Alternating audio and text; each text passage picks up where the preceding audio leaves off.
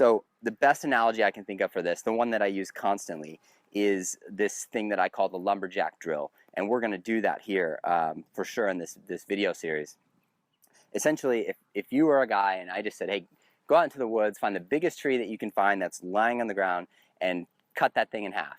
If I gave you the biggest saw I had, and I said, go out there and just cut that thing in half, you'd go out there, and if you started just wailing away with this huge saw just at some random spot on this tree as it's lying on the ground, what you'd find is that you'd make these really aggressive strokes, and you'd go back and forth, and you really wear yourself out.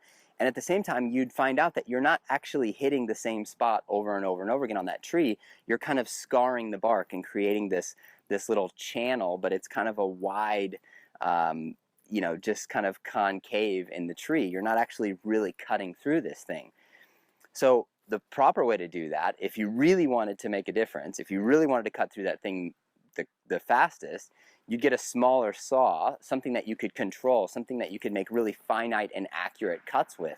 And you'd get out there and you'd pick a specific spot and you'd start very small, very accurately start cutting away at that one point until you created a little groove or a little notch in the wood. Then you could go up another saw, a little bit bigger saw with bigger teeth, and you could make a little bit bigger stroke, and you wouldn't have to worry that you were going to miss that spot because you'd already created that channel.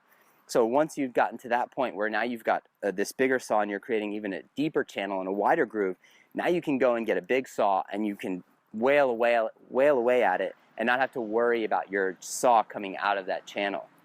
So that's what we have to do with our golf swing. We have to get to a point where we've got a groove, or we've got a notch. And we don't do that by making full swings.